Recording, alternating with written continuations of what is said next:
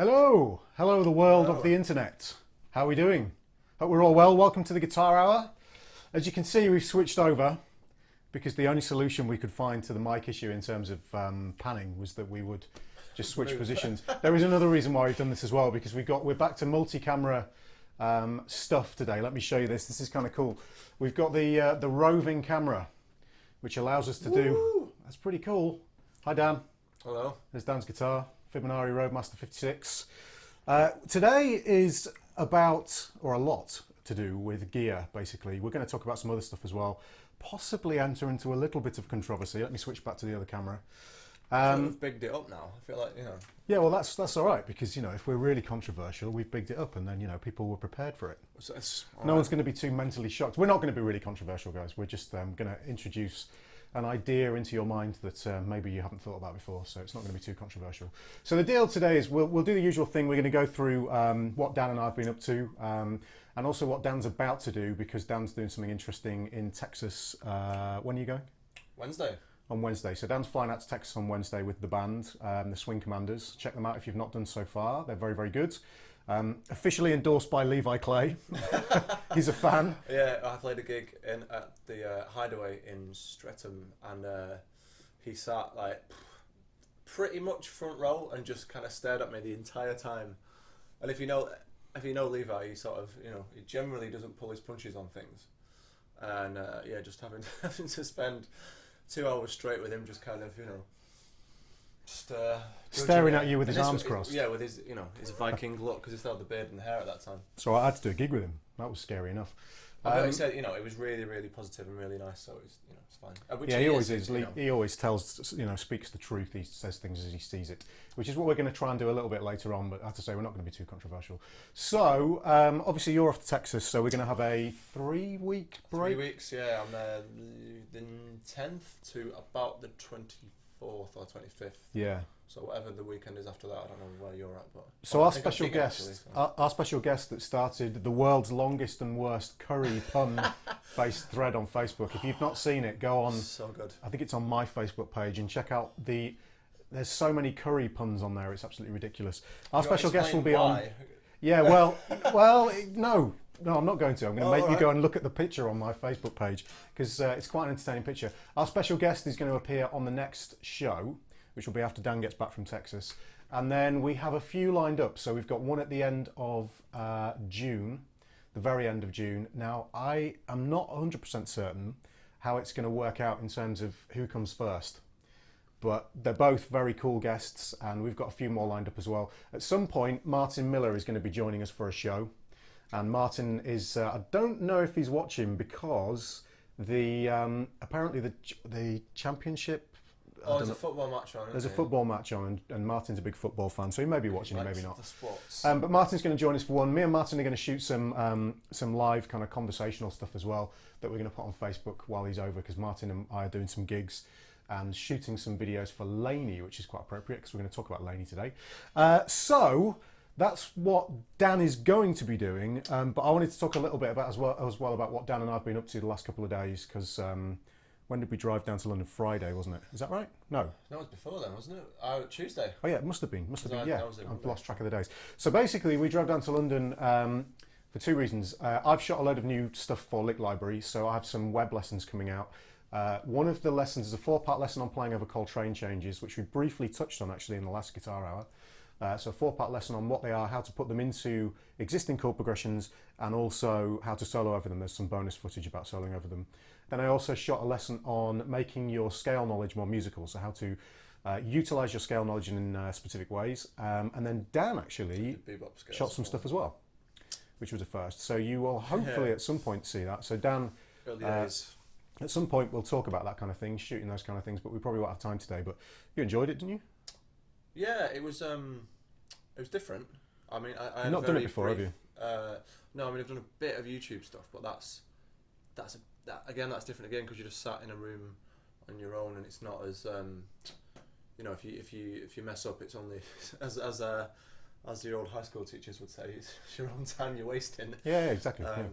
But I had a very brief kind of message thing with Jake Wilson about this, and he was going on about sort of red light syndrome and that kind of thing, and how it's just sort of can be crippling. And I wasn't even doing anything that complicated. Yeah, for those who don't know, red light syndrome would be the worst thing to have in this kind of scenario, because red light syndrome is where someone hits the record button either on some kind of studio work or for video, and you just freak out because you know you're being recorded.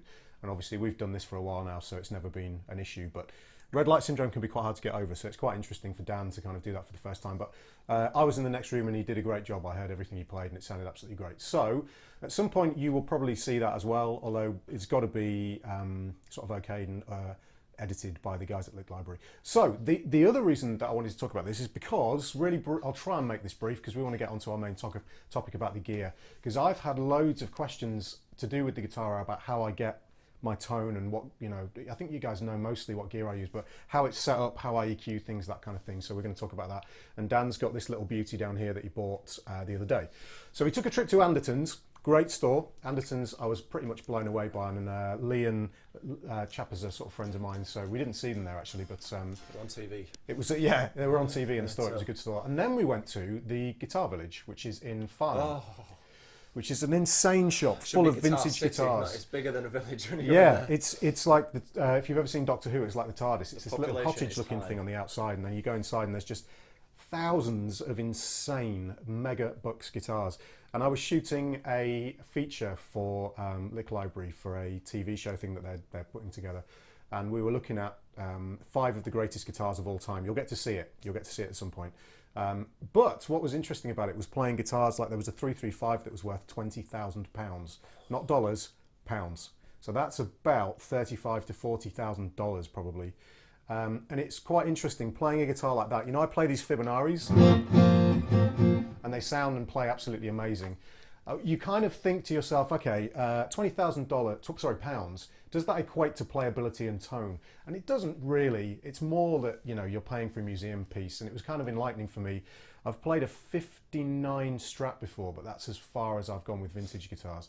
And yes, these guitars were amazing, but they weren't £20,000 amazing, you know, for me anyway. Yeah, we sort of agreed that, again, with the pre-Guitar Rower kitchen sessions, that probably $4-5 maybe. Yeah. In terms of playability.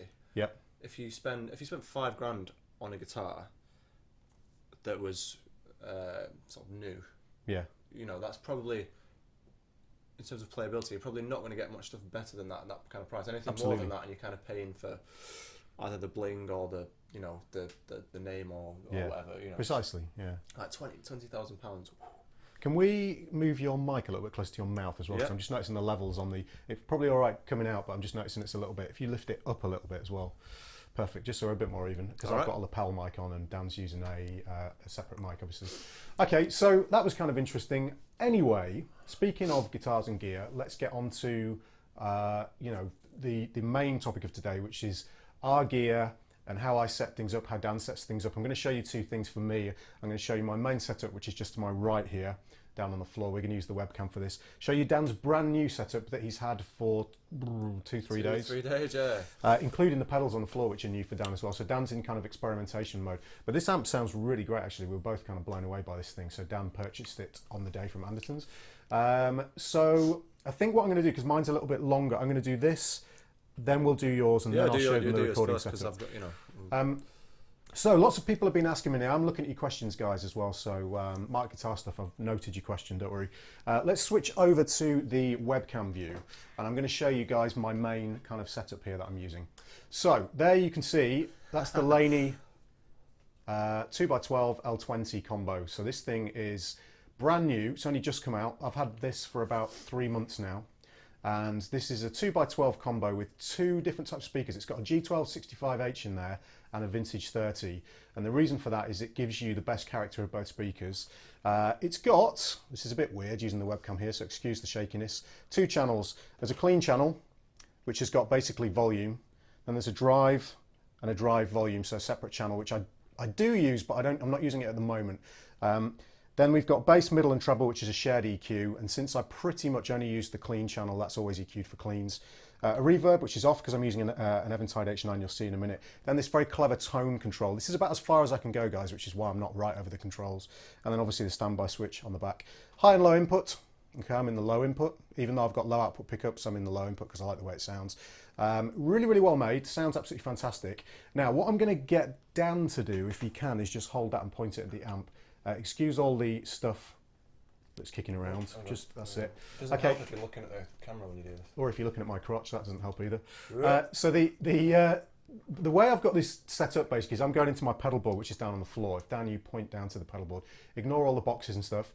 So here we've got basically one Control OC10, which is basically a loop system that's got 10. You can plug 10 pedals in there. Then we've got an Empress compressor, which is kind of swapped out depending on what I need with an Ego compressor from Wampler. Dual Fusion. There's the H9. Then there's a flashback, the little mini flashback, and then the tuner. And the reason there's not more on this board is because the H9 pretty much does everything. And the beauty of this is I can switch between the different pedals using just presets on the OC10. So if I just grab that a second and come right in, okay, you can see here basically, once it focuses, these buttons across the center here correspond to the different loops. So I can switch those on and off. If I want to put the compressor on, that's in loop 1, turn it on. And that's permanently now stored within preset number 1, program 1 here, okay? Or program 2 you can store in. So if I switch between presets, you'll see it updates depending on what I'm actually using, okay? And then basically each of these, as I say, is in its own loop. The way I've got the Dual Fusion set up, I'm going to go through my settings in a bit, is I'm using the 2 separate ins and outs on the Dual Fusion, so they're functioning as 2 separate pedals. 2 completely separate pedals, and that's why the switch here is in the middle. If you don't know about the Dual Fusion, basically it's essentially 2 separate overdrive pedals shoved in one box, and you can run it with one set of cables, which is what Dan's doing, so we'll show you that in a minute. Or you can run them completely separately through a loop system like this, and then switch between them as you wish. Okay, so that's the setup. And the other thing the OC10 is doing is it's switching patches on the H9. I was going to ask you that. Which is cool. There's a MIDI in the back of the, well, in the side of the H9. I don't know how well you can see this, probably not very well. There's a MIDI cable going in there, and you'll have to excuse my horrific cabling. This board is relatively newly put together. It's not really been edited or adapted very much in terms of cabling. So let me just show you a few kind of sounds. So if Dan holds onto that. In fact, what we'll do is we'll go back to the main camera there, so I'll stick that back on there. Okay, so the clean tone on the Laney is essentially what you're getting with this amp is, and I realise that because I'm endorsed by Laney it sounds like an advertisement, but I genuinely love this thing. I think it sounds absolutely incredible. For about £900 you're getting essentially boutique tone for a very, very good budget. So the clean tone on my neck pickup, and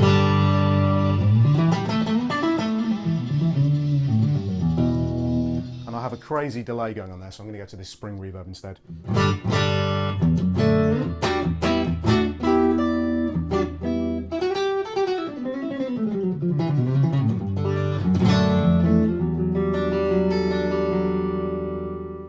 Now obviously, unlike normally when we do the guitar hour, we're normally plugged into the Axe-Fx, so you're getting the sound direct through my audio interface, and I'll show you that setup later. Now we've got just the room mic, you know, the mics that we're using, so you're hearing quite a bit of string noise as well. Not a lot we can do about that. We didn't want to mic the cabs up in the room because that way you're not really hearing what they sound like in the room, you're just hearing a mic specifically placed on one part of the speaker, and I've got 2 speakers here, so that's the reason we did that. So that's the clean channel.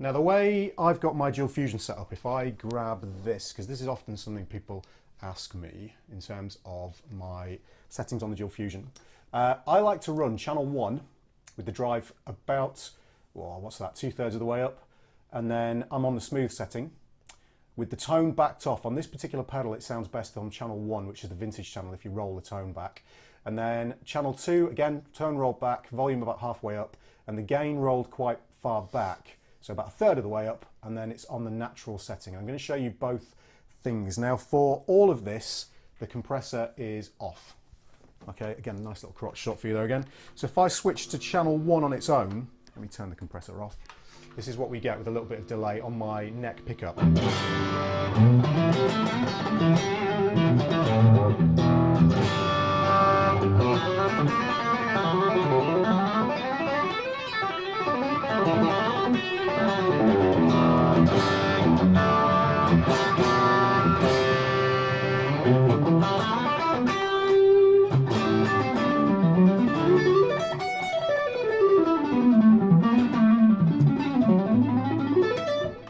Now if I bring channel 2 in as well, so this is the same thing now, but I've now brought channel 2 in for more gain.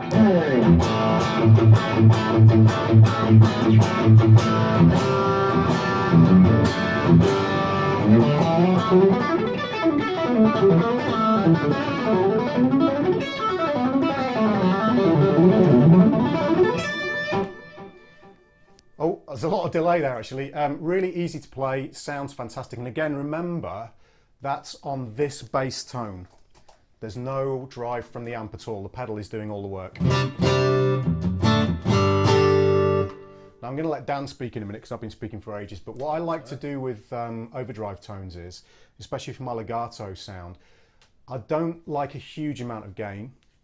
I like nice mids, so cranking the mids on the amp. The mids are, if I just show you the EQ on the amp, if I switch back to the webcam, and hopefully this stuff is interesting for you guys. The mids are over halfway, treble, bass roll back a bit because there's a lot of bass on this particular amp. Let me just move that cable so I can get a little bit closer. Okay, and then the tone control on this amp is just over halfway, and that gives you the spank as well as the bottom end. And then the volume is just there. It's a loud amp this, and the bright switch is off. Okay, so that's how that's set up. And as I say, the reason I do that is I like a lot of mids in the signal, and then that allows you to have less gain. So there's not a great deal of gain. Sorry about the buzz, guys. The studio has got a lot of very noisy electronics. I can play, this is the amount of gain I've got.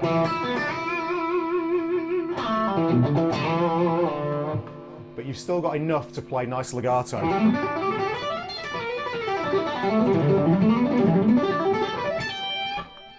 And that's again because the mids are cranked and the action's low on the guitar and stuff. So hopefully that helps. If anybody's got any questions about the particular way that things are set up with this pedal board, feel free to let me know. If you don't know what the H9 is, just a real quick point. The H9 is essentially a multi-effects processor that allows you to, it does delays, modulations, reverbs, so on and so forth. So I've got just slap delays.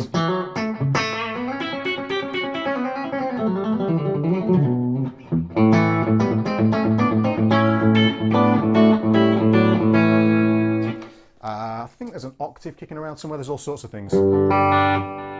Delays. Cheesy choruses from the 80s.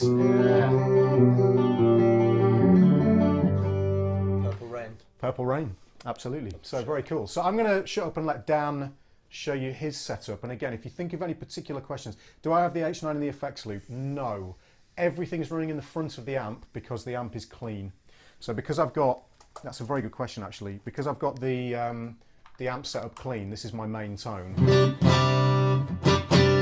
There's a little bit of spank in there, so if I hit hard, but you can hear it's essentially just a completely clean tone, even when I play my demo, you know, when I'm picking really hard, it's still clean, and that gives you a great bass for pedals. How essential is the Laney to your sound? You had great tone even before Laney. Let me just explain a little bit. Is that all right if I just explain a little bit? I know you're not even talking, but we can, you know, you can talk for days about the V40. The reason for doing the Laney thing is obviously the Port City stuff is fantastic, and it is still here. I haven't sold it. I'm not a guy that does that kind of thing. I don't sell all my gear, you know, because I've got something else. You know, there's a little bit here as well. There's a little bit. Oh yeah, there's a little bit of Port City there as well. Yeah. So we're going to talk about that in a bit as well. Yeah, I kept all the gear because they're fantastic amps, and Daniel makes amazing stuff. And I just got the little Merino, which I have shot a video for. I just haven't had time to upload it, unfortunately. So at some point I'm going to upload that as well. Obviously the priority now is Laney. But with Laney, I can go anywhere in the world and Laney can provide you with an amp. They have amazing quality control. I've been down to the factory. This thing is affordable. It sounds fantastic. It's built like a tank. And I really, really like the guys. And also they're down 2 hours away from me. I can drive down to Birmingham and I'm there, and it's just really, really easy and really, really useful. And they just make fantastic products and are really, really nice guys. And it's a company that, I really, really like working with. And I think that's got to be the case, the politics of kind of endorsements and stuff. There's no point. It's about the relationship, really. Yeah. It's not about, obviously the gear is, it is. It's got to be. Yeah, it's got to be. Yeah. The gear has got to be something you want to play, but it's more about the relationship between you and whoever is hence making it. Me and you doing the Fibonacci thing. We've talked about that before. But the guys at Laney are just fantastic. They're really nice, really, really friendly. It's, again, like with Fibonacci, it's like a little family or a bigger family, but same kind of vibe. They treat you really well. It's easy to get the gear, and it's a free hooch. Free hooch, yeah, free hooch. Well, yeah, right. And then Palinka with the Fibonacci guys. So it was just the right move to make, basically. And I still love the Port City stuff, but Laney is my number one amp now. It's what I use for everything now, including recording. We'll talk about that later. I use that in the Act FX, and I'll show you how I do that. So anyway, on to Dan. We'll talk about your V40. This is brand new to you, isn't it? Yeah, the thing is I've never really been a gear guy. Just lift that up again. But believe that or not at the moment. But I've never really been the guy that's out looking for the newest gear, and because it's an expensive hobby. Very expensive. I was saying this before. It's that thing of buying something and you don't really know how you're going to get on with it until maybe you've gigged it or you have to live with it a little bit, So I've never been the guy that's kind of always on the trawl for gear. So I'm trying to build up a bit of a, I say indulgent, but like a more kind of like basically a different thing to what I use for the band, because I just use a Black Star head for that. So let's just tell them briefly about what you have owned not in the past, but you've still got it. But you had a Fender Twin. I've still got that was your main amp, TSL wasn't it? 100. So TSL 100. When I was about 16. I sold the cab not too long ago. Actually. You had a 4x12, right? Yeah, I just wasn't using it. So and 4x12, it's a bit excessive. Well, we were saying, we'll talk about your cab in a bit, but this has got loads of bottom end. You don't need a 4x12 for what we do. Yeah. It's just not necessary. And I think that's the thing with me at the moment, and has been for a while, is I've only ever bought what I needed. Like for years, I still got it for the band. I just use Black Star head.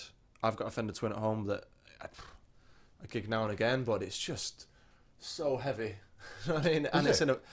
I didn't know it was really heavy. Yeah, it's like well heavy, and it's in like a flight case thing as well, and it's just like I did a production of The Wall for a company in like near where I live, and it was on scaffolding.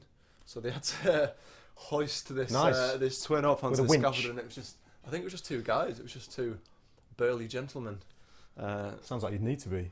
So now you've got the Black Star. You used that for gigs, but a couple of days ago. Yeah, we've talked about this before, but you just speaker emulation straight into the desk and then EQ it from there to try and try and kind of beef it up a little bit. Because I know you'd spoken to a mutual friend of ours, Jake Wilson, who is a phenomenal player, yes. And I mean phenomenal. Jake Wilson, check him out on Facebook, unbelievable. And he did some product demos for these guys. Now, am I right in thinking, and I'm not sure if either of us know this, these are only available via Lee at Andertons, is that right? Or are they available elsewhere as well? I'm not sure. I know that's, as far as I know, that's sort of the only place you can go to try one out. So which is why we went down there. Yeah. Well, we were sort of down there anyway, and it was kind of, I mentioned to, I think Jake put a post up about the amps, and I said, I won't mind trying one. And then Lee just came out of the mist. And so I said, you can just sort of buy one and then get it sent to you, and then if you don't like it, just send it back. But right, you spoke to Lee? Just, I know, like a couple of Facebook comments, just briefly, and he just said, if you want, you can just buy one, and if you don't like it, send it back. But it's just, still, it's, you'd rather go in and try one, So we went down there on whatever day it was, Thursday, okay. Yeah. And they pulled this out for you. This is the V40, isn't it? Yeah, this was the one that I was interested in trying. I think has Matt McGuigan got one? Yeah, quite possibly. Yeah. What's the deal with this then? It's single channel. Single channel. IC at 40 watts. IC. All clean. Yeah. It's very similar to the way I'm using the Laney, or used to use or still do use the Port City. It's just all clean all the way up, basically a pedal platform. There's this, and then there's the V30 that's got the 2 channels. 2 channels, yeah, drive and which clean. we also tried as well, but we both preferred this. Yeah, basically for you. well, I mean, it was more. I preferred the sound to this, sound of this, and let's have a close-up look at it. The way I'm going to use it is I wouldn't really be using the drive channel anyway. I mean, I don't even really use the drive channel on the Blackstar, and that's that's nice as well. But so just run through the controls then. So volume here on the left. Oh, it's hard to do that and look at that. Yeah, look at that's what I was doing earlier on. Kind of doing this. You've got voice 1 and voice 2. So we're saying the voice 2 is like a mid shift. It's a mid shift. We think it's a mid shift because we haven't got them. Because there's another switch here, if you can see, that says mid kick. Yeah, if you're on a mobile, kind of, sorry, you won't be able to read these. I mean, if so that's voice 2.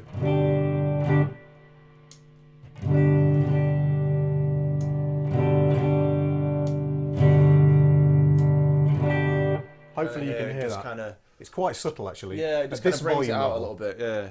Okay. I'll do that again. But, and then the mid kick is off at the moment. So.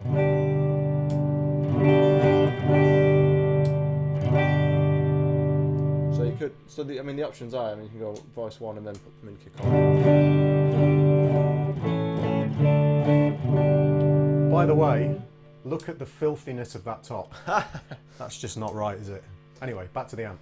Yeah, treble, middle, bass, fairly standard. Reverb, which is quite nice. Yeah, it's a nice reverb actually. It's really musical even all the way up. That's all the way up. I mean, it's got a long tail on it, but it sounds very nice. Yeah, do that one more time.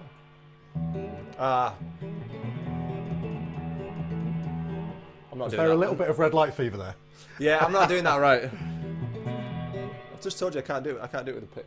And then the master volume. What's the other switch? Is that reverb? Oh yes, reverb on and off. So. Okay. And this amp is basically 12 AX7s in the preamp stage, and then 6L6. Although this is an interesting amp because, oh, by the way, there's Dan has got a Port City 1x12 cab.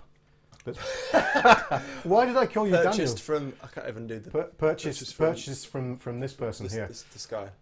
Yeah, so and they're ported at the bottom, so they got a lot of bass. This doesn't sound boxy in the slightest, basically. No. And that's why you use it. Yeah, I mean the whole thing is to try and get something that is, I say indulgent, but not like massive. Like you could quite easily. I mean, you can't really see it's behind your chair there. You can just grab that bag. Yep. So the head comes with like one of these little tidy little bags. So you just put that in there, and that, I mean, I think the head is probably heavier than the cab, to be honest. But you could quite easily walk into a gig, have pretty much everything you need. If you had a guitar on your back. Yeah, because this has got a handle on the top as well as this. They've both got handles on the top, so they're easy to carry. And then the other thing that's new to you as well, which so you got the high and low switch as well. Same kind of deal. So instead of a high and low input, you've got that's just literally. Do you want to just demo that, because that is literally a volume thing rather than a high and low input. So low at the bottom.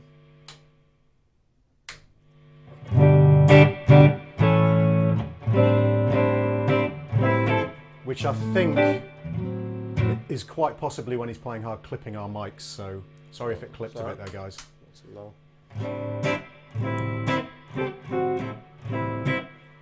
Okay, so and then on the floor, these, if I can find them, these are off at the moment, but Dan is also rocking now, well, you tell him.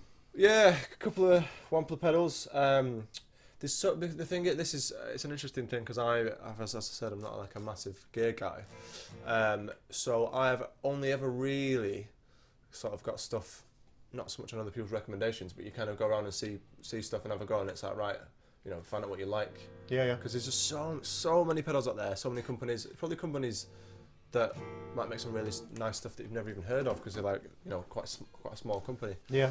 I remember sitting in Sounds Great, Sound Control. Where is it? I think it was Sounds Great when Gary and that were there. Yep.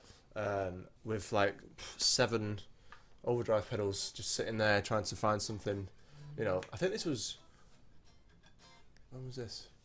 I think that might have been before I got the Nova system, because I was trying to get a few little separate things to try and cover all bases, and then I was going through those, and then he said, "Oh, you know, try this." You ended up with a multi-effects setup. Yeah, well, I mean, the multi-effects was really for the ship thing, because you can't.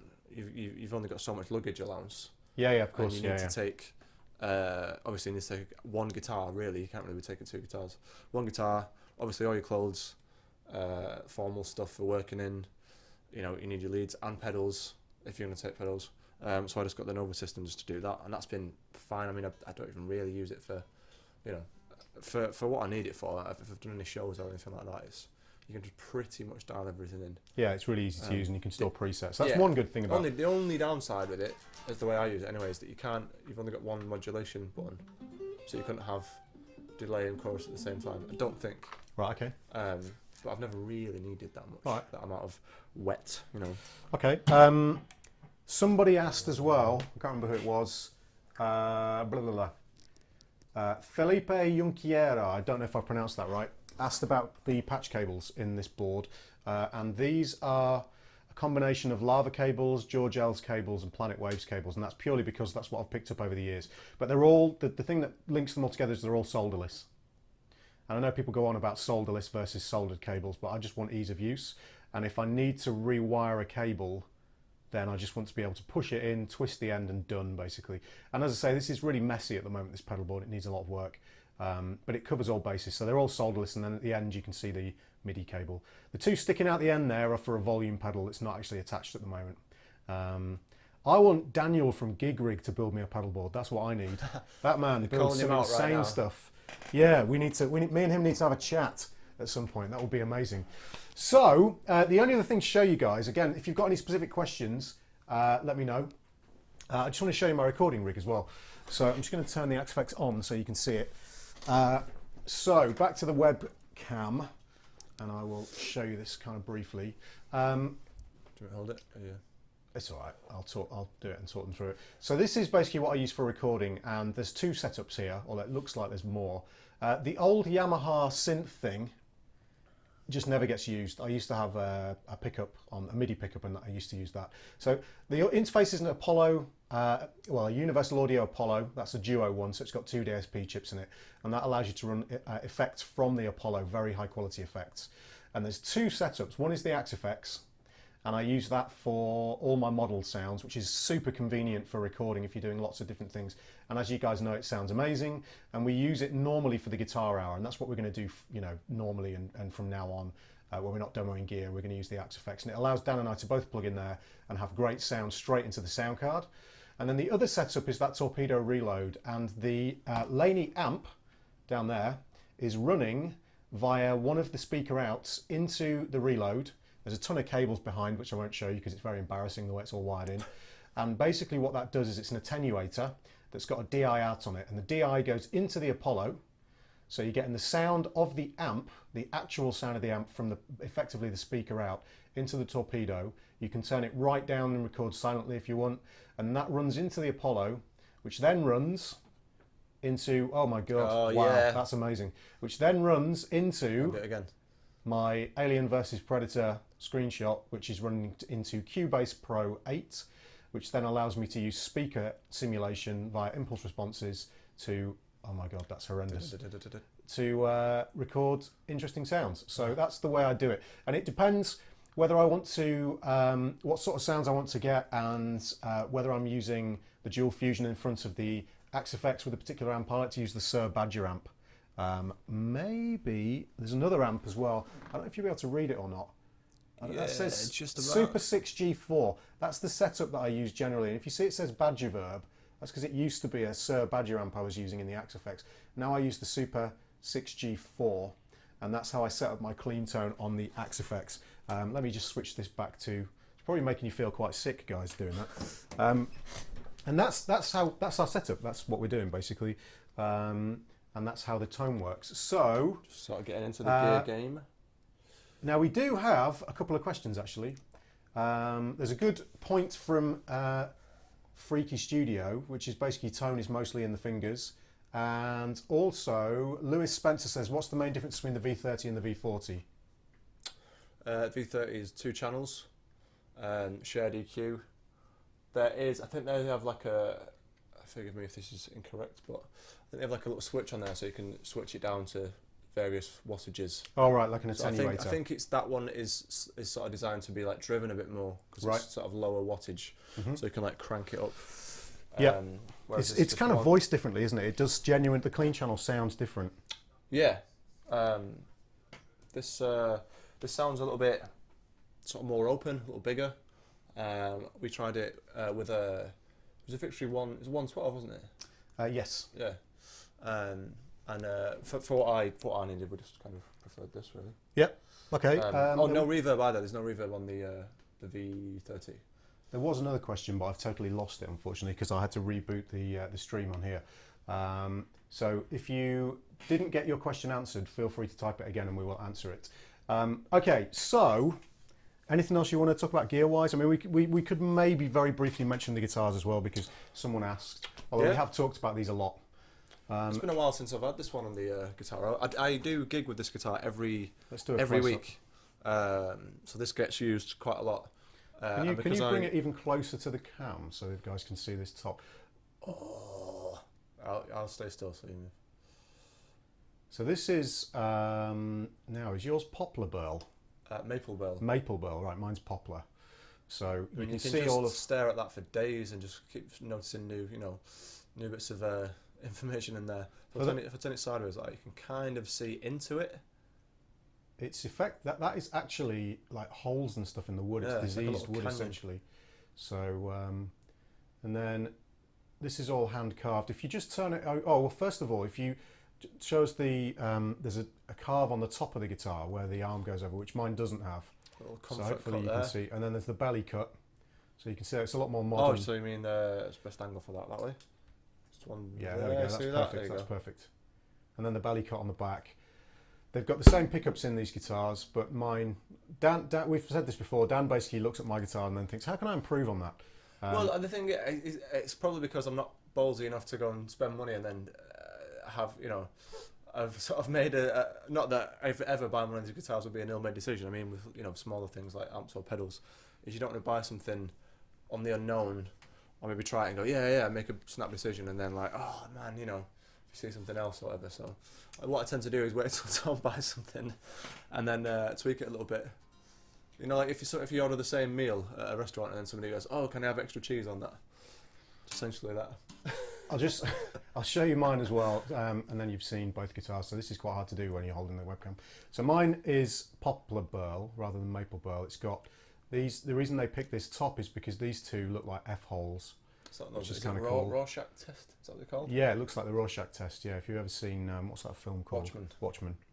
Apart from that, they're very similar. Mine has got a slightly, if I can find it. Oh, this is really weird to try and do. A slightly more figured flame on the neck. If you look at the two side by side, why is this so difficult to do? You can see slightly more figured, slightly darker piece of maple, basically. And then the other guitars that we've got in the room. There is my hollow body Fibonari. Dan's not got his with him today. And then in the corner, there's a load of guitars, but there's my FB, which is the double cutaway Strat style, Super Strat. And then there's the basic Jazz. And then in the far end, I don't know if Dan can grab the erotic for me.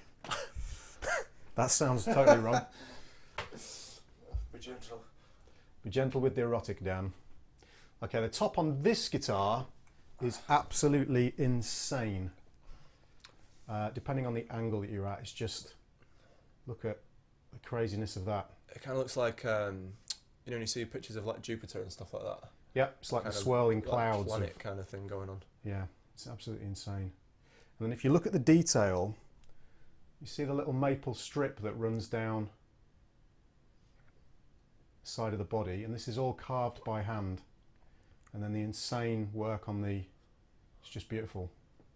And then again, the same kind of maple strip runs down the neck. So you can see on either side, there's a small strip of maple. And all the inlays are carved by hand, so on and so forth. And then as we move up, we've got flame maple truss rod.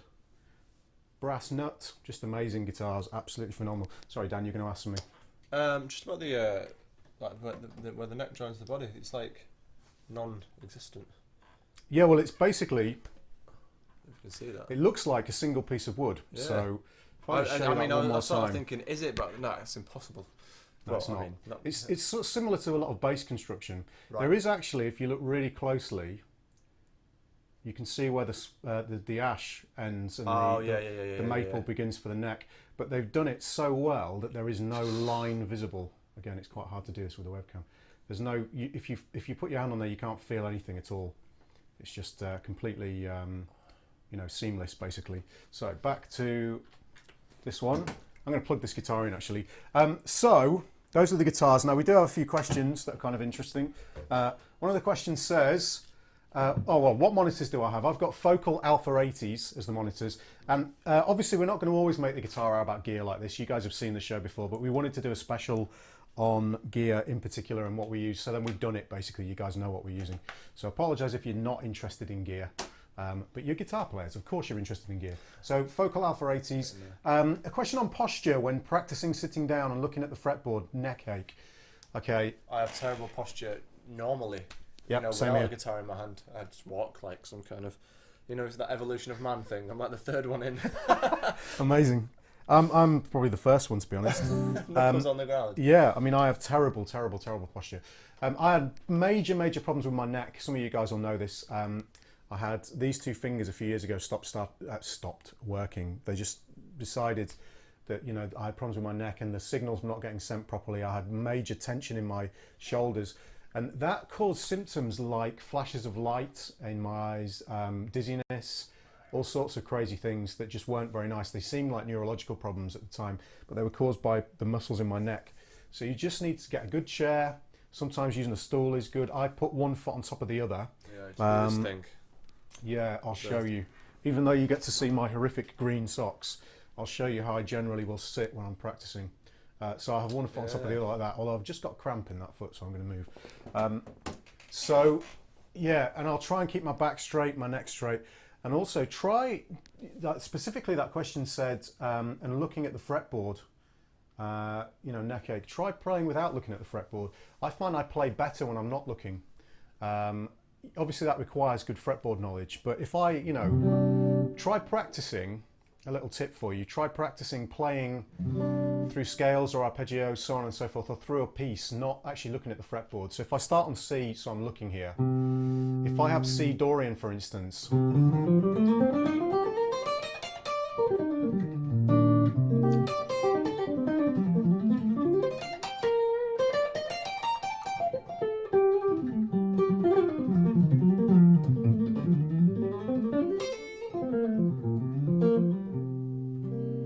So it's a good exercise for your fretboard knowledge actually, because you end up, you're not looking at a note and going, right, I'm on the root or I'm on the fifth. yeah. You've got that, you know where you are, and say you're not looking at your third fingers on the fifth.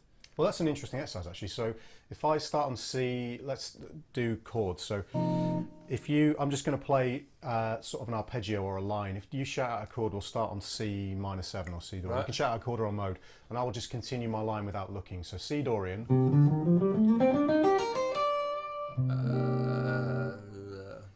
B flat Lydian.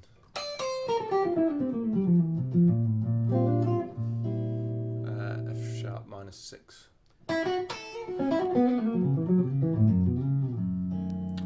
E7 altered.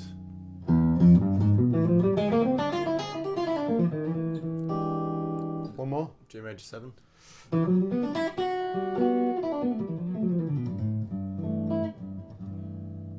There we go. So that's a good exercise.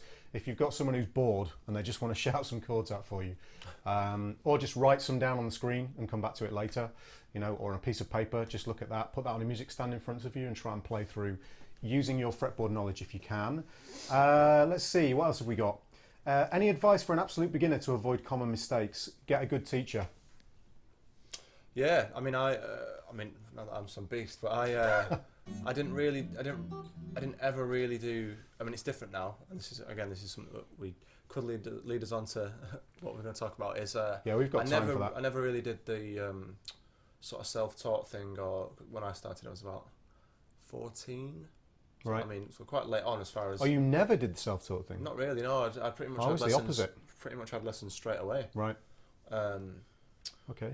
and so I think because of that, the curve was quite quick. Yeah. You know, I mean, so I was at 14, and then I ended up playing on ships when I was about 22. What? So you found you learned quickly? Is that what you're saying? Yeah. Like in terms of technique and musical Yeah, knowledge? I think it's because maybe there wasn't any bad habits. Yeah. Because they were getting, don't do that kind of thing.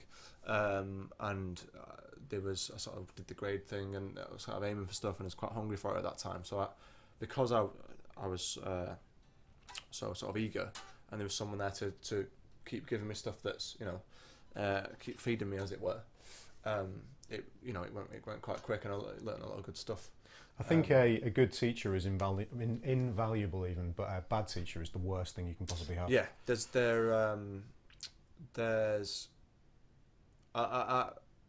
this is, I don't know, throwing her under the bus. A mate of mine, I'm not mentioning their names, when I was still at school, so I must have been about 15, 16, he had a lesson, Right. and I waited outside, because it was only like a half an hour lesson, and I sat outside, and they must have played the guitars twice in the entire lesson.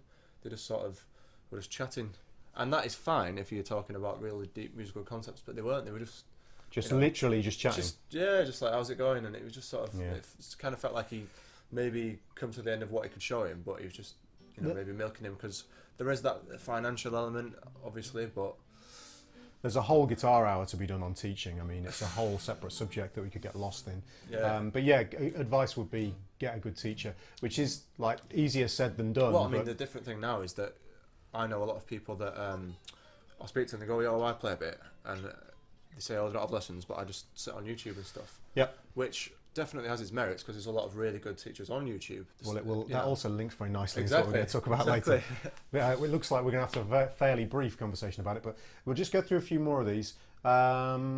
Okay. Yeah, now this is an interesting one from Cody T. Johnson. Tips for getting over the red light syndrome. And I do have a few, actually. The only time red light syndrome kind of becomes a problem is if you're doing something for someone else, or you have a deadline. If you're being paid. If you're being paid, yeah, exactly. If you're not, what I would recommend, it's like anything else you do with music or anything else you do in your life. If you practice it and get used to it, you'll be fine. Like for me now, I almost play better when I either have, like, let me give you an analogy kind of related to this. So for me, I actually play better when I have an audience of hardcore guitar players than I do when have an audience of non-musicians. The reason being that I know there's like a psychological element of being more on your game.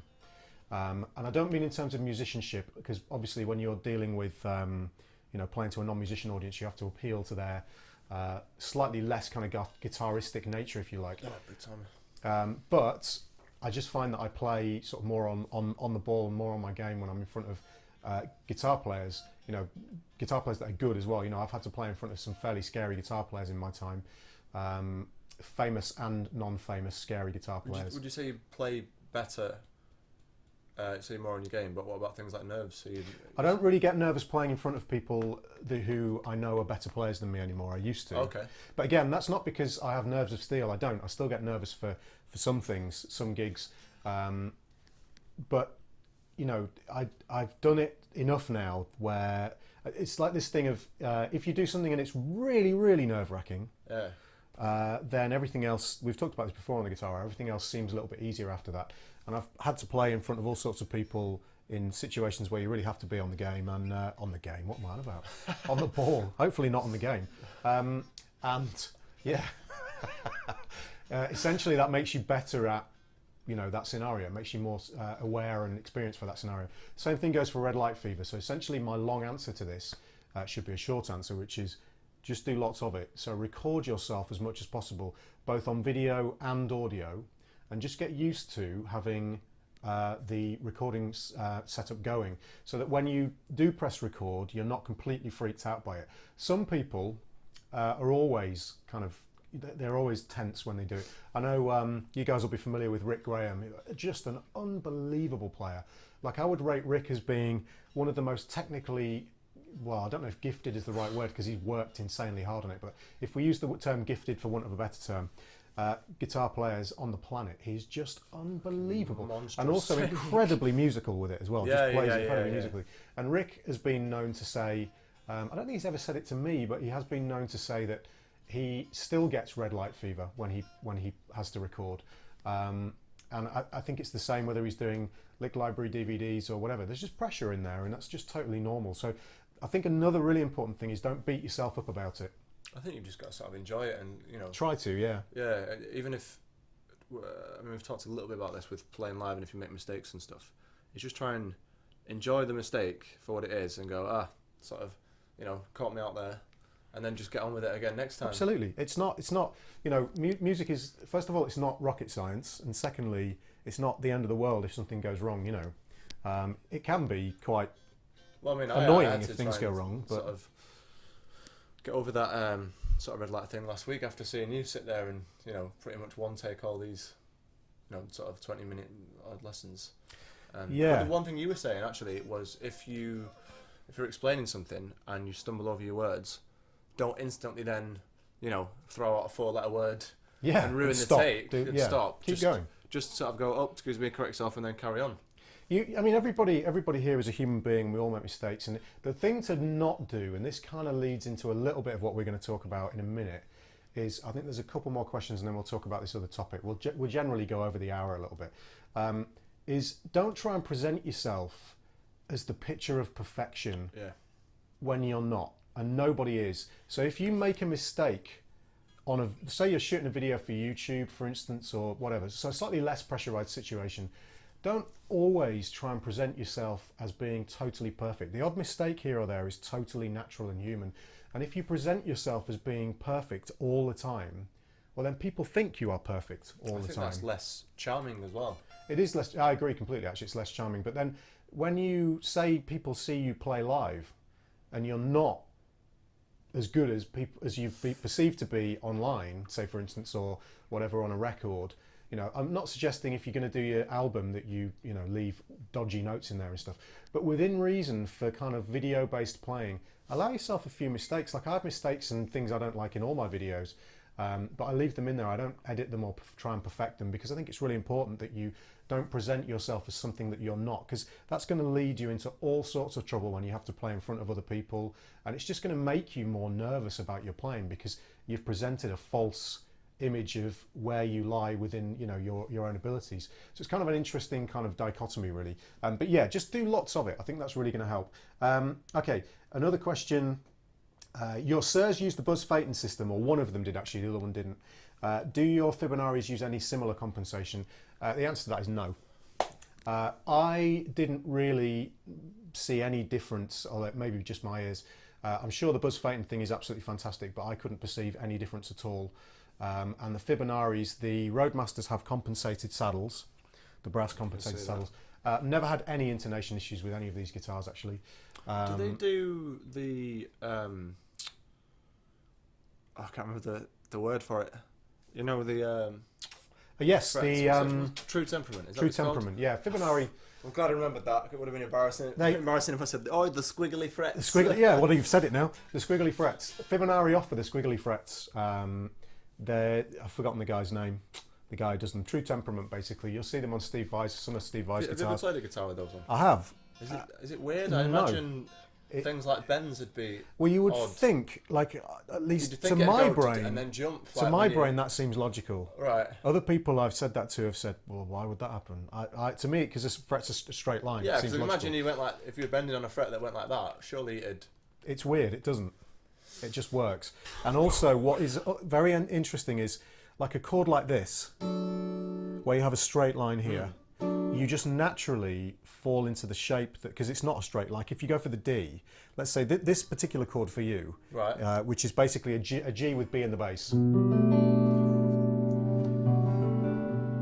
Well, where that D lies for you is slightly different in the True Temperament tuning, True Temperament frets, if I can actually speak, because of the way it's intonated. Right. And you just fall straight in line with it. You don't even There's no sort of compensation period required or whatever, or adjustment period. You just sit straight into it. So if you've never tried that, I would recommend you do. What it is, if people haven't seen it, is basically there's a guy in Sweden, and I forget his name, and someone's going to tell. I've got a few friends who are going to tell me off for this. He's basically figured out the mathematical adjustments that are required to make the guitar a truly tempered instrument, as opposed to this sort of adjusted temperament that we've got here. Best fit, yeah. Although, to be honest, I don't have any major issues. Sounds pretty good to me, just as it is, basically just standard. Is that sort of one kind of step further than the fan fret thing? Well, the fan fret thing is to do with scale lengths in terms of what sounds good and the intonation of. If you've got, say, 2 bass strings like Charlie Hunter, you need a wider scale length. Think about a bass neck or a baritone neck. So they do the fan fret thing. Same with the guys with the 8-string guitars or 9-string guitars now. So like Fred Brum, for instance, has got. I think he has anyway. I'm not sure actually. I might be saying that wrong, but Ola Strandberg does fan fret guitars for the guys who've got an extended range. It's kind of interesting. So that answers that one. That might be. Let's have a look. Yep, I think that's it. Okay, so we can talk about this last little bit. I actually don't think this is controversial at all. No, I mean this kind of started from me thinking about a kind of zoomed out look at the way the guitar scene is now. If you were growing up, because we were talking about. You asked me a question, didn't you? Sort of the fire of learning and stuff like that, and where do you go to get stuff? And I was saying. I sort of said, do you think because you see, if you're a guitar player now and you're in that kind of online scene, so you'll have loads of guitar players on Facebook, you'll see them all, you look on YouTube, all that kind of stuff. Is if you're seeing nothing but this kind of highly technical perfection, very even things like just like the video quality and stuff like that. Everything's very pristine, ridiculous technique, sort of note perfect, well produced kind of stuff. Do you think if you were coming up as a guitar player learning now, would that make you? Is it going to create a breed of guitar players that think that's normal and be like that without all the production? See, my answer to that question, it kind of led on to a couple of different things. So, I think. Like part of the question was, do you think it's going to breed a whole generation of guitar players who are just exponentially more technical or more perfect? See, and I agree that it absolutely will. Yeah. But the interesting thing, because I think that's a given, basically, that the standard always rises because people, what people see as the attainable goal changes. Plus, if ridiculous is the standard. If ridiculous is the standard, yeah. Like, which it is these days, ridiculous is the standard, especially from technique, where technique's concerned. What I was saying that was kind of, I thought long and hard about this, and I was saying, if I was an up-and-coming guitar player now, let's say I was 15 now, which is when I started. I was 15, 1995 I started playing guitar. I'm not sure if I started now that I would have taken it to the level or to the point that I've taken it to now, if you like, as in terms of the amount of work I put in. Because I don't think... For me personally, I think it's lost a bit of magic that it had when I was about 15. Because all of these players were, say if you took my heroes, Steve Vai, Satch, Petrucci, they were these mystical, unapproachable kind of, you never got to meet them. You got to see them on stage very rarely, but you never got to actually meet them. Especially you didn't see in England as well. These guys didn't really, I mean, they toured, but it's, it's maybe once every couple of years or something, or, or maybe less than that, some of them, but... Yeah, I mean, all really you got to look at them in pages of magazines, basically, or on DVDs or videos. Like, at the time, there were no DVDs. Guitar World or something. And so there was kind of this mysticism and this aura of kind of magic about it. And especially that's what hooked me. Vai, that plays up on that, and Satriani as well. This kind of wizardly kind of sort of aura about them. I mean, don't get me wrong. By the way, I absolutely love the guitar scene now, and I wouldn't have a career if it wasn't for the guitar scene the way it is now, and I think that's absolutely fantastic. It just, from my perspective, I don't think I would have been as into guitar in terms of how much magic there was associated with it and how sort of exciting it was back then for me because of the way the scene is now. And it's not a derogatory comment about the scene, it's just the way I felt about guitar playing back then. I think it's kind of interesting. And it kind of has made us think a little bit about the guitar education scene in a way. Well, not education, but just this. And this is the bit that could be taken the wrong way, really. And we don't mean it to at all. Yeah, it's not derogatory. It's literally just sort of zooming out. It's an observation. Because I used to sort of come home from school and watch the Paul Gilbert. I think it's Intense Rock, isn't it? Yeah, Intense Rock or Terrifying Guitar Trip. VHS. Sort of sit there for 2 hours trying to play these 4-note patterns at like blistering speeds. And at that time, that was like for me, because nobody else my age was really sort of doing that. You know what I mean? It was kind of like not secret, because obviously now the more guitar players you know, it seems really commonplace. Like, oh yeah, yeah, of course. If you're in a scene, if you're in year 8, 9, whatever at school, and you're going home just watching, a man with a perm shred. Amazing. Which we all did, unfortunately. Yeah, leather trousers and a perm. At the time, that was like no one else was like none of my friends were doing that, so it was kind of like this thing. But now it's just everywhere. Yeah, so it's this thing of, there seems to be this kind of concept at the moment among sort of young and upcoming guitar players, and we're really interested in your thoughts on this whole thing. That's why we're bringing it up. We're not bringing it up as a critique. We're not bringing it up as anything that's kind of, we're not making a statement about what we feel about guitar tuition these days. Just interested to see what the community thinks. Yeah, the vibe that we've got at the moment, me and Dan have been discussing this quite a bit, is that it seems among the younger guitar playing scene, there's this incredible scene that's been built up over the last sort of 5 or 6 years as YouTube has obviously taken off more and more on Facebook. Everybody seems to have come to the conclusion that... Sorry, I've just seen some guy put pentatonic licks. Can't polish a turd as well. I wish we had the cheerleaders. Oh yeah, that'd be amazing. That in order to be successful, you need to release a licks package. It's like one of the things that, like these goals, everybody must release a lick. Everybody and his dog is releasing a licks package these days.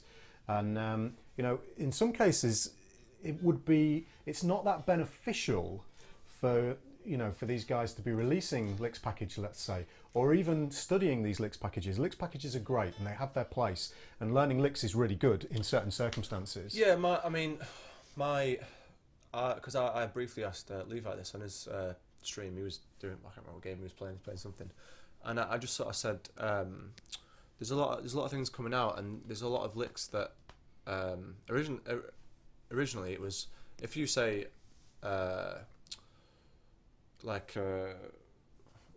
play me a lick, or what is a lick, it's more, you'd think more sort of along the lines of something really small that you can then go, right, I know what that is, I know what that is, I know where to use it, I can transpose it, make variations on and on, that kind of thing. But there's a lot of things now that come out and it'll say lick 1 and it'll be like 16 bars, yeah. That's lick, or 5 times longer than that.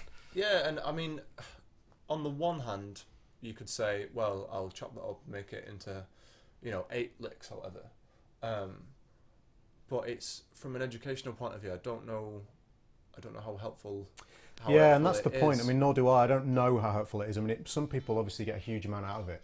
I'm just intrigued to see what you guys think about it, because I think it's interesting the way the scene has changed hugely over the last few years. And obviously, Dan and I come from a slightly different era in terms of education, because obviously I have lessons that I sell on my site, but they're a slightly different thing because they're not so much lick based. There are a couple on there, but I'm intrigued to see what you guys think about it.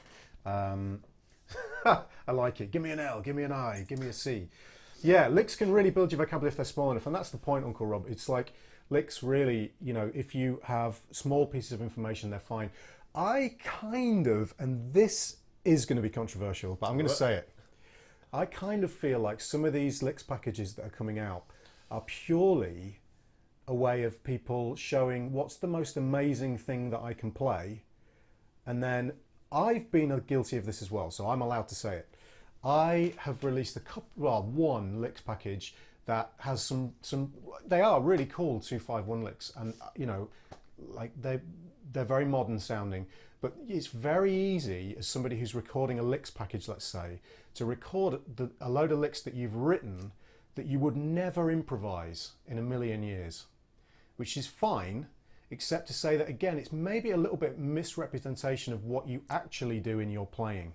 So you might just come up with something that's really incredible, like it's taken you 50 takes and a week to write the lick and practice it. well, is that really representative for the audience of what you are as a player and what is achievable, you know, as an improvising musician?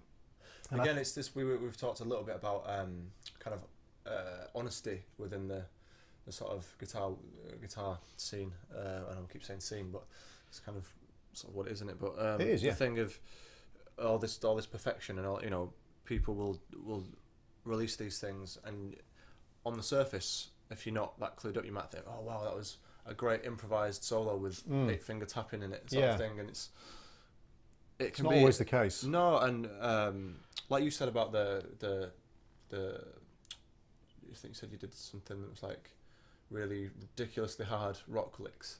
Oh yeah, it's yeah, like yeah. right at the top end of your ability. And Yeah. If the guy that's doing it is, you know, running at 90%, who's going to be able to learn that anyway? Yeah, it's very true. Yeah. The The difficult bit is that licks sell. People love licks. Yeah, I mean, it's obviously there's a lot to be gained from it. It's just from that thing of, from my angle, is it the more information you've got, the harder it is to use it. If you've got a lick that's a 1-bar thing over one chord, you know, say it's something over like say it's like an altered lick, and it's just a tiny little 4 1-bar or half a bar little thing that resolves. If you get that down, you can go, right, I understand that, I know exactly what's going on, I know what all the intervals are doing, you know, I can resolve it there, or I can resolve it to the minor if I change that note, all that kind of stuff. But if you then went and changed that into a 2-bar phrase, so then it's 2-5, Yeah. instantly the gap that you need to put it in is a little bit bigger, or smaller, I guess. So then if you do it and it's this long 1-6-2-5, then again, it's, you know, if you've just learnt it like that, you've got to try and put that in. And then if it's an 8-bar sort of minor shred run thing, it's, you know, I know nobody really sort of does that and then tries to insert it in. Yeah.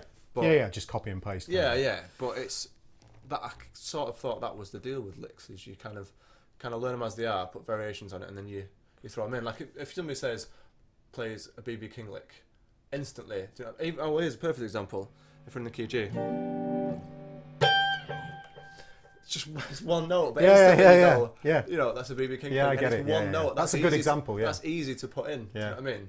I think my whole thing with it is not so much because you can always break down the material. For me, it's this thing, and this is possibly where the controversy lies, whether this is the right thing to say or not. But it's just how I feel about it. Yeah, it's this thing of honestly representing who you are and how you are as a player, because I have witnessed on more than one occasion a particular player who I've seen play somewhere, and the level improvisationally that I've seen is just nowhere near what you've seen represented in videos of their playing. Generally, I think you said it. You I just think that's drops kind of by, what, wrong. 30%, you say? Well, I don't just mean in terms of that. I just mean generally, like even things like time feel, like basic things that just aren't there when it comes to, you know. And I think that can be the problem with guitar these days.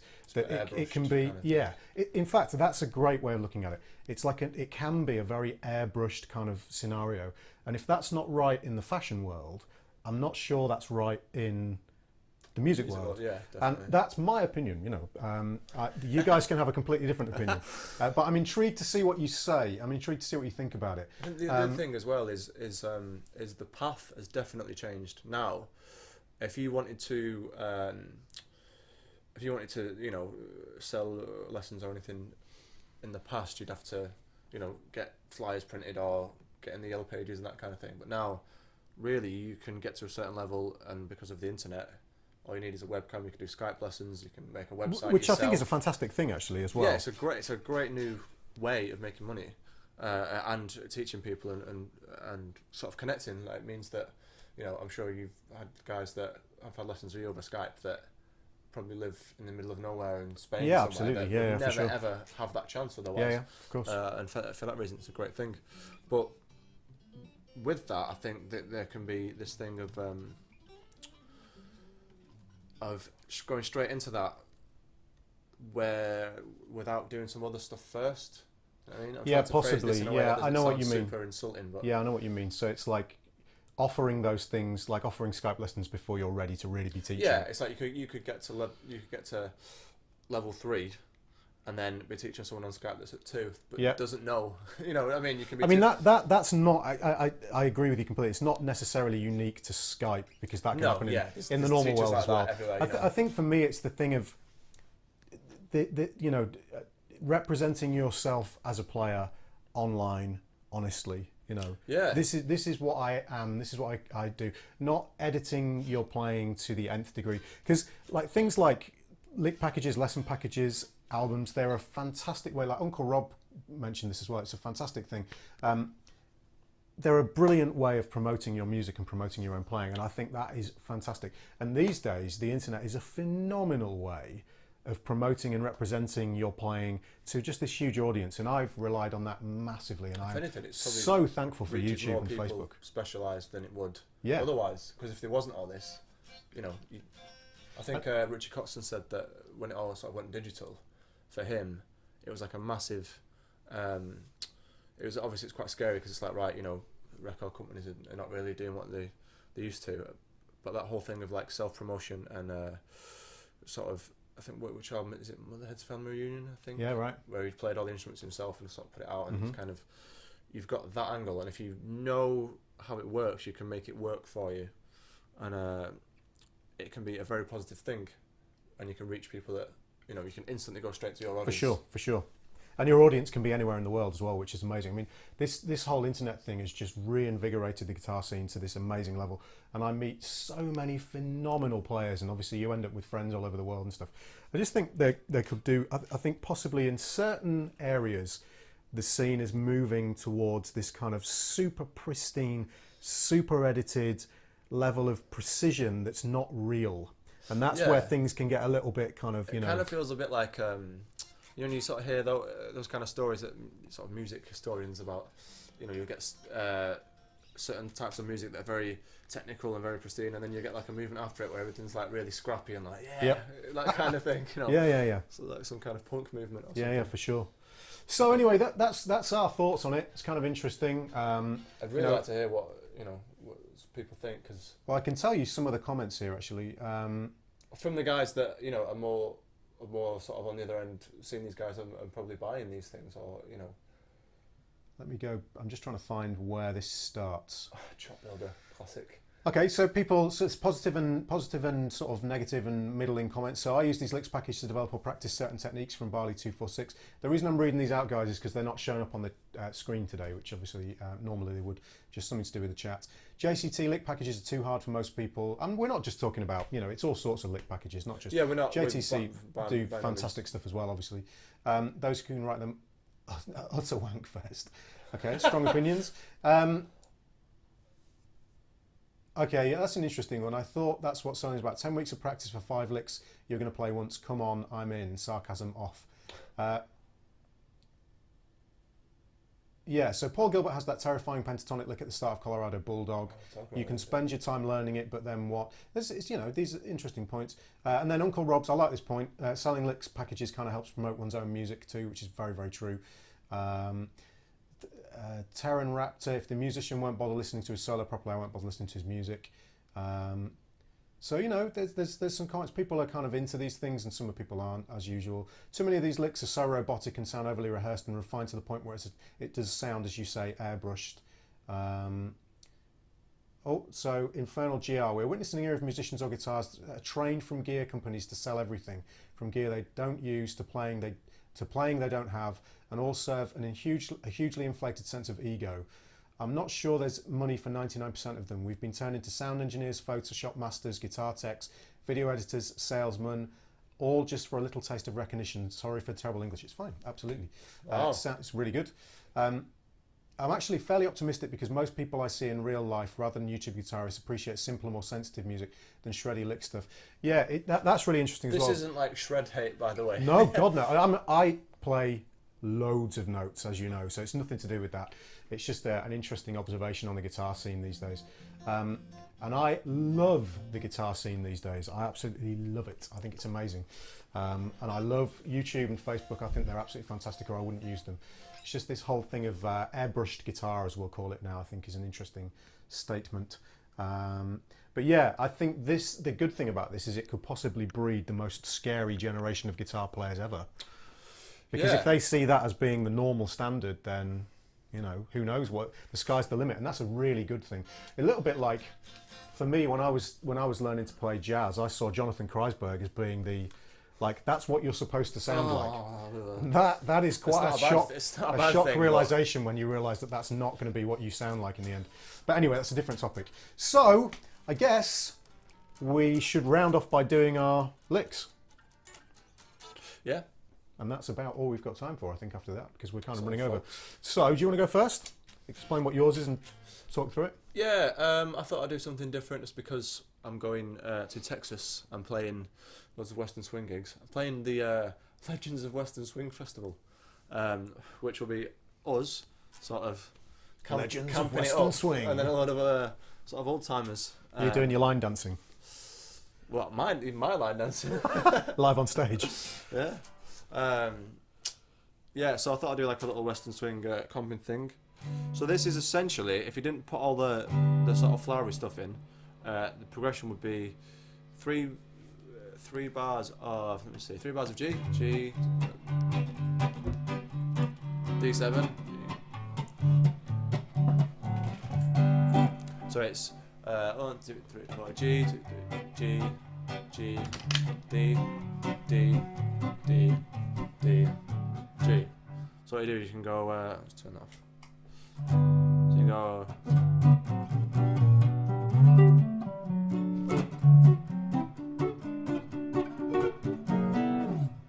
Yeah. That's Which awesome. is essentially just inversions. You got G, and then G with a B on the bass, third in the bass. So you go, and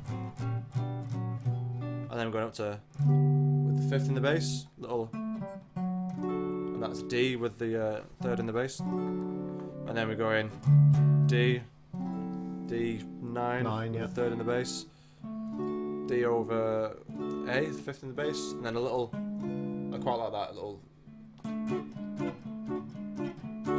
passing chord there, diminished, and then this is cool. So you go, which is essentially D augmented, and that leads you to nice with G with the 3rd in the bass. I love these because they sound so cheeky. It's amazing. I'll just do it one more time. Yep.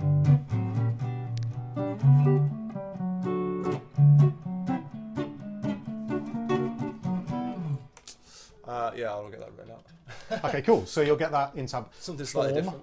different. Mine is a little technique exercise. We're trying to vary these things a little bit. So Dan's done the chord one.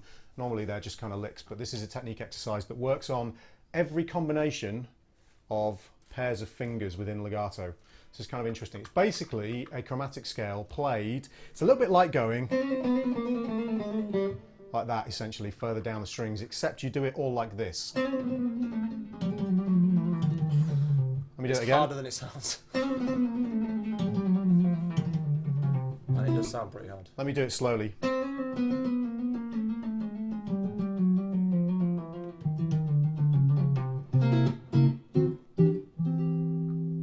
So it's essentially just a chromatic scale. If I picked it,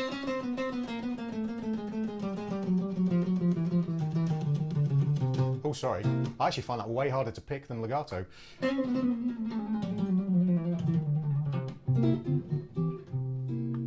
So that's mine. Obviously we'll get that written out for you. The only thing I want to mention about that, because it's fairly kind of straightforward to understand, is that the only time I'm picking is when I'm crossing the string. Other than that, it's all legato. So on and so forth, okay?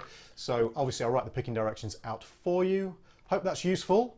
And that about sums it up, I think. I don't think we've got any more questions. Sorry, go on, Dan. There's like I can't remember who it's by. It's by like, who's like one of those old kind of crooner guys. Like, there's like a flute thing. It's like, it does that, but on the flute behind. Oh, really? Yeah. It's like, is it like Quando or something? You know no that song? idea. No, I've got there is a question for you actually before we finish from Jack Taylor 94. Just wondering, I got offered a contract to play music on a ship recently. I declined, mainly for reasons of having a master's degree in the pipeline and other musical commitments. How did you find working out at sea, and what musical techniques would you suggest to work on in terms of working on a cruise ship? And before you answer it, when you've answered the question, we're going to have to stop. So if you answer the question, then round up the guitar hour for me, if that's all right. Yeah. So you declined because you're doing the master's degree. That's cool. And he's got other musical commitments. Other musical commitments, that's fine. So the ship thing, definitely, depending on what company it is, will probably test not so much to your limit, but in terms of every different kind of style, every different sort of aspect of guitar playing will definitely get tested. So you have to do things like, obviously, playing a part of a band, doing production shows. So sight reading is massive. Although saying that, I'm trying to think how to word this. The least amount of time I've ever had to look at something was when you get guest entertainers come on. So you have a rehearsal at 4, so you get there at 4, and then the guest entertainer comes. So it might be just a singer, it might be somebody like a violinist or whatever the act is. It could be jugglers, whatever. And they'll give you the music then and there. You've got till the time it takes to them to set up and maybe sound check from the the mic. rehearsal to not rehearsal, sorry, from there. So it gets put on your stand, and you've kind of got like 10 minutes to sort of quickly. Oh right, okay. Quickly have a look at anything that's ridiculous. That's probably as intense as that got with things like production. In terms shows. of sight reading. Yeah, in terms of sight reading. With the production show side of things, usually you turn up and say you've got like say it's a 7-day cruise.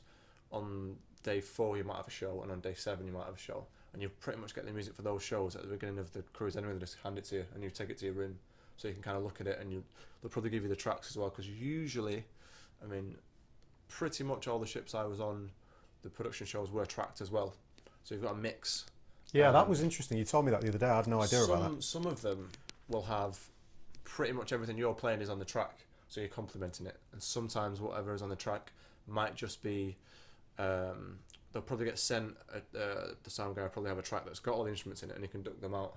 So say they don't have a bass player for whatever reason, like the medical didn't go through, or all these kind of things happen all the time, then he could put the bass track back in and everyone else can still play. I think possibly this whole thing of this myth that it's really common in these kind of scenarios to just stick a piece of music in front of you, you just have to read it, is a bit of a myth, because these guys are not in the habit or in the kind of process of getting crappy performances out of musicians. They want the band to sound good, so you have time to prepare. Is that right to say? It's a little pretty bit of a much, myth? But having tracks for a start is making sure that these shows run exactly to time. Yeah. There's no nasty surprises. There's no nothing can go wrong. The wheels don't fall off. The dances are all to a specific length because the track's there. And some of these things have vamps that go on for ages. Right. And you don't want to have people missing those. So that's production side of things. You got sight reading. Then you'll have like jazz sets. So which was my sort of hell for a while. You sort of meet all these surly old sax players that went to these American music schools, and they've got hundreds of thousands of dollars worth of student debt, but they're serious players. I've met some really good players out there. So you get jazz sets, you'll get dance sets, which again is reading. So you've got to do the whole sort of you've got to know how to do that kind of thing, take the odd solo. The other thing, which I didn't really do much of before I went on ships, was the role went from show band guitarist to utility guitarist. So that means you're in shows, you're in little jazz sets, they're basically wherever they want to put you. So what I had to do as well was little solo sets. So I'd recommend getting, if you can get a good hour of standards or little classical pieces, just nice, pop song arrangements. I can't remember any of them now because I've not done them in ages, but a few Beatles tunes. Or what I did is cheated a little bit. I've got a loop pedal. Yep. So I'll put a couple of things that had short forms in, like Sunny stuff like that. And you can just kind of play that around a little bit. Oh, the other cameras run out. Hold on, guys. We're nearly done anyway. So go on, Dan. So I'll just quickly. So sight reading, pretty big.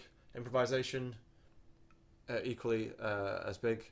Having the right gear and that kind of thing. Make sure you've got all the sounds. Or solo sets, that kind of thing. I think that's most stuff. Being really aware of different pop styles as well. That was a big thing for one of the ships that I was on. So you had to do like 30-second snippets of like sort of Motown stuff, some Stevie Ray Vaughan type playing, some funk stuff, trying to be as well-rounded as possible, because you will get sort of everything will come up regardless of what, you know. You can't think, oh, I'll go on there and they won't have jazz sets or they won't have this. It will happen. Yeah, I mean, it's just being... No, I'm not trying to put you off, but, you know, I think I said that to you when I came back, is it really did push you to everything, you know, every trick that is in your bag will sort of end up getting used. Yeah, let me just put this webcam up here just to finish with, even though we probably won't both fit in. That answers your question. But just being really, really well-rounded, being a really good workhorse. So if you've got the chance to play in any pop bands or soul bands or funk bands or anything like that now, and trying to go to jazz jams and stuff, or even just sitting in a restaurant and trying to do a bit of playing on your own, anything like that is going to be massively, massively helpful. Cool, good advice. All right, guys, we have to finish, unfortunately. So, as usual, thanks for checking us out. A really quick thing, if you want to check out, there's a website called Guitar Retreat Spain. Okay, guitarretreatspain.com. Spelled exactly as you'd imagine, all one word.com. I am actually teaching in Spain in October. We're doing one in July, but it's completely booked up. In October we're doing one. It's a week of guitar tuition with me in an amazing setting, just with phenomenal kind of, it's in the middle of nowhere in Spain basically. Amazing sunshine in October. Sangria, food provided, accommodation provided. It's phenomenal. So check it out, guitarretreatspain.com. Hooch. Spanish hooch. And it'd be great to see some of you guys there. There's about 4 places left, I believe. So guitarretreatspain.com. And also thanks to all the guys who donated to the Guitar Hour. If you look underneath, there are now links to the Facebook page. Yes. So continue the chat on the Facebook page if you guys want to talk about anything on there. Ask us questions. We've answered a few questions on there already. Admin's on there now. You'll see. Okay, you'll see the tab for the licks on there. Sorry about this weird camera angle, guys. The other camera ran out. You'll see the licks on there, and also there is, if you want to support the stream, if you enjoy the stream and want to support it, there's a donation button under there. Feel free to click on there and just donate anything you want, from £1 up to whatever, and that's all going to be put back into the Guitar Hour. It's not for us to spend. A swimming pool or yeah, we're not buying Lamborghinis or more Fibonacci's. It's just to support the stream. So anything like to make the stream look better or sound better, or kind of help us get guests on, so on and so forth. So thank you for watching, guys. We will see you in 3 weeks, I guess. Yeah, with our hopefully first I guest. won't be this pale either. Yeah, I don't know why we look so pale. All right, guys, we'll see you soon. Cheers, bye-bye.